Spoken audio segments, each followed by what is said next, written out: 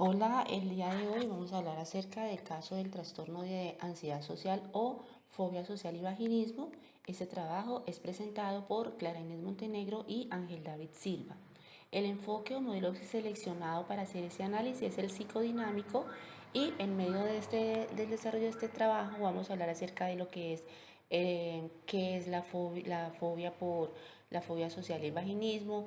Vamos a hablar acerca de cómo sería la evaluación del caso, la intervención, los objetivos que se quieren alcanzar durante la intervención, qué procedimientos vamos a realizar y llevar a cabo durante el tratamiento, cuánto tiempo consideramos sea necesario para tratar este trastorno y también hablaremos acerca de las herramientas que se utilizarán durante la terapia psicodinámica para solucionar este trastorno que se presenta en ella. El trastorno de ansiedad social o de fobia social es un tipo de trastorno que se caracteriza por un miedo intenso y persistente en respuesta a ciertas situaciones sociales o actuaciones en público en las cuales la persona se ve expuesta a gente desconocida o al posible escrutinio por parte de los demás. Es decir, que las personas con este tipo de trastorno tienen temor de ser observados y juzgados o de actuar de una manera que sea humillante o embarazosa para ellos. Se encuentra clasificado en el manual de MS5 en el 300.23 y en el CIDES en el F.40.10 como un trastorno de ansiedad social. Por su parte, el vaginismo hace referencia al espasmo o contracción involuntaria de los músculos en el tercio externo de la vagina, en especial el esfínter vaginal y los músculos perineales, lo que impiden o dificultan la penetración.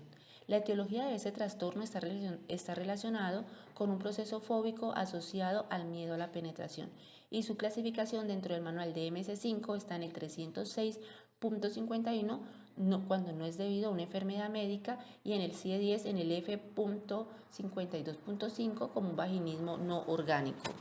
De acuerdo a los criterios de evaluación en el manual de MS5 y CIE-10, para la fobia social tenemos los siguientes criterios.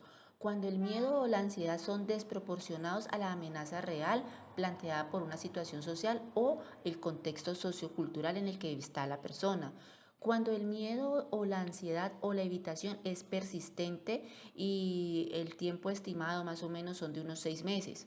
Cuando el miedo o la ansiedad o la evitación causan un malestar clínicamente significativo o también cuando se da un deterioro en lo social y en lo laboral o en otras áreas importantes del funcionamiento de la persona. Cuando el miedo o la ansiedad o la evitación no se pueden atribuir a efectos fisiológicos de una sustancia, por ejemplo una droga o un medicamento, ni a otro tipo de afección médica. O también cuando el miedo y la ansiedad o la evitación no se pueden explicar mejor por los síntomas de otro trastorno mental, como puede ser el trastorno de pánico, el trastorno dismórfico corporal o un trastorno del espectro autista. Por su parte, en el vaginismo, cuando este tipo de trastorno obedece a un cuadro fóbico, suelen presentar síntomas físicos no genitales, sino a nivel cardiovascular y neurológico. Entre ellos se destacan palpitaciones, taticardia, taquipnea, mareos, cefaleas, inestabilidad, ahogos, desfallecimiento, sentimientos de irrealidad o despersonalización. Luego de conocer entonces acerca de lo que son las definiciones de la fobia social, del vaginismo, de los criterios de evaluación, vamos a hacer la presentación del caso. En esta oportunidad es una chica de 25 años que presenta fobia social y vaginismo.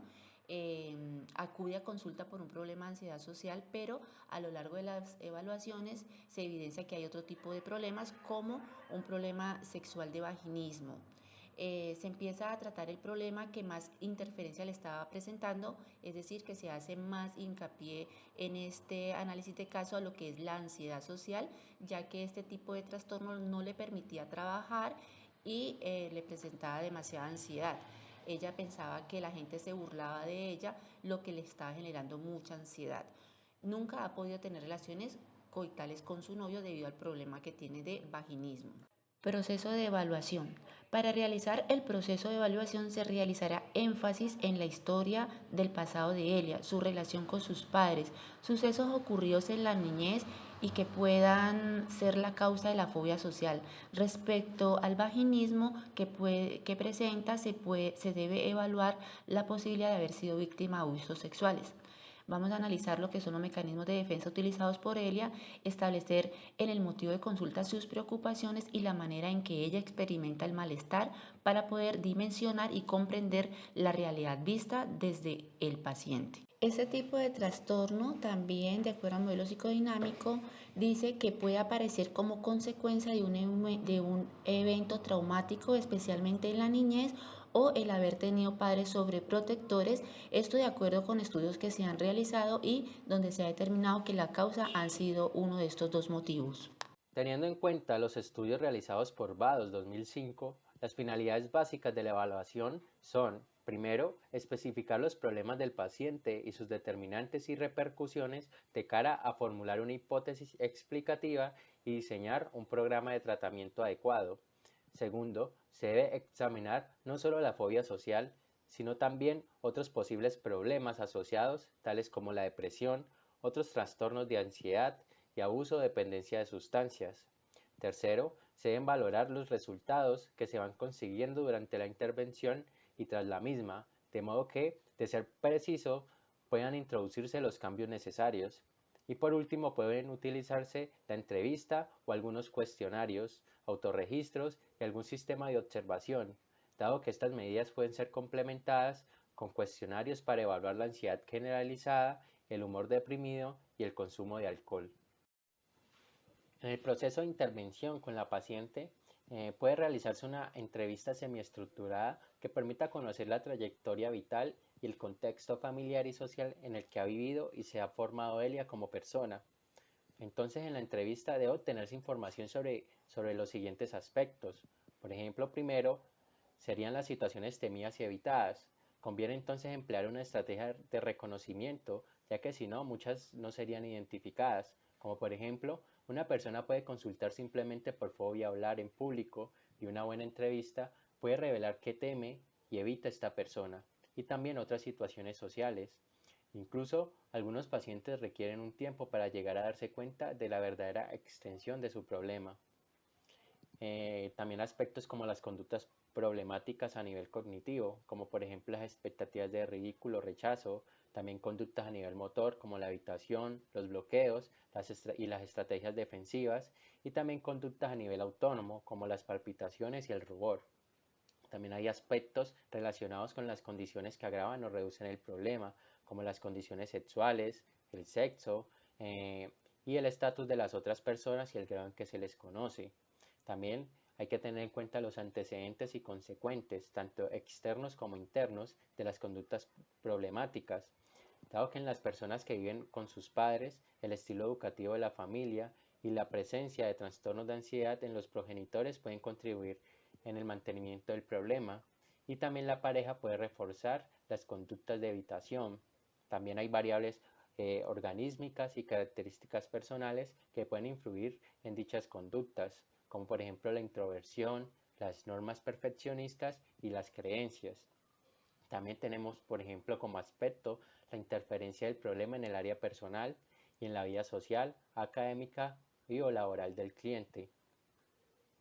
Además, hay que hacer una exploración adicional de la vida social e interpersonal, teniendo en cuenta los contactos sociales en general, con los amigos, la familia de origen, si tiene pareja o hijos, las relaciones laborales, los intereses y las aficiones actuales.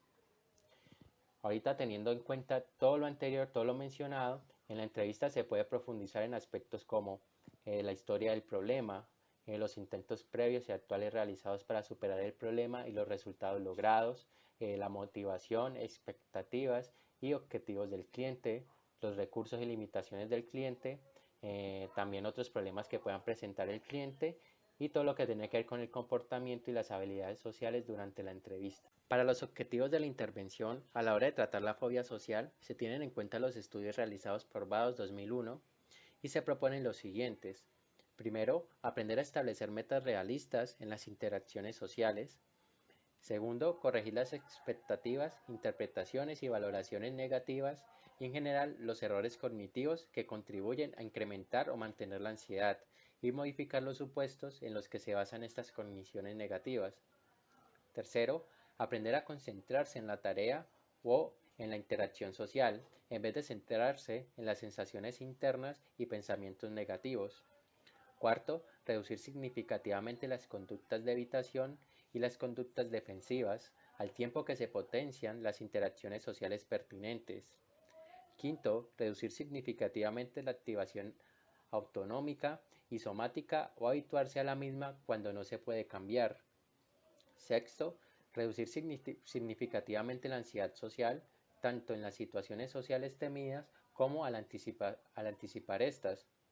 Y séptimo, aprender a comportarse habilidosamente en aquellas situaciones en las que la persona presenta déficit al respecto y reducir significativamente la interferencia producida por el trastorno. Teniendo en cuenta los aportes realizados por las licenciadas Fragela y Lukács-Sevic, se propone tratar los siguientes aspectos para contrarrestar la fobia social.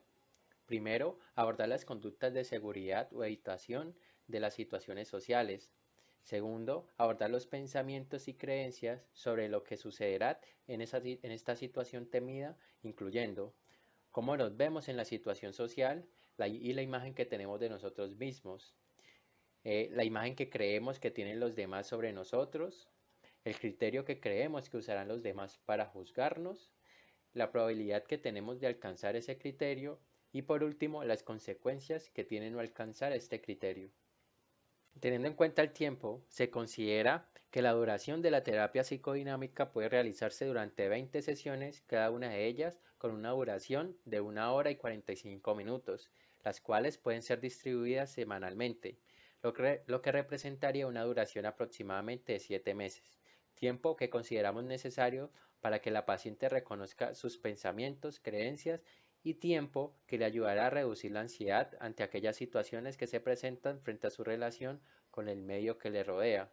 Para las herramientas que se utilizarán para el proceso terapéutico se tienen en cuenta las siguientes técnicas: técnicas de tipo proyectivo, de asociación libre, de entrevista libre, autobiografías de análisis de transferencias, aplicación de test psicométricos para evaluar el nivel, escala de malestar y la evitación social. Esto consta de 28 ítems con formato de respuesta verdadero o falso. 14 ítems evalúan el malestar subjetivo en situaciones sociales y otros 14 la evitación o deseo de evitación de las situaciones sociales. También se tendrá en cuenta la escala de fobia social, que consta de 20 ítems valorados en una escala de intensidad de 0 a 4, las cuales intentan evaluar el miedo a ser observado por otros, en particular a llevar a cabo ciertas actividades como hablar, escribir, firmar, comer, beber o trabajar en público. También a usar los lavados públicos, entrar en situaciones donde ya hay gente sentada y viajar en transportes públicos. Y respecto al plan de intervención del vaginismo, se puede realizar durante la entrevista para identificar cuál es el nivel de intervención en la historia sexual de la paciente. Además, se recomienda llevar a cabo autorregistros que permiten evidenciar la frecuencia, los antecedentes y las consecuencias que se han derivado del vaginismo.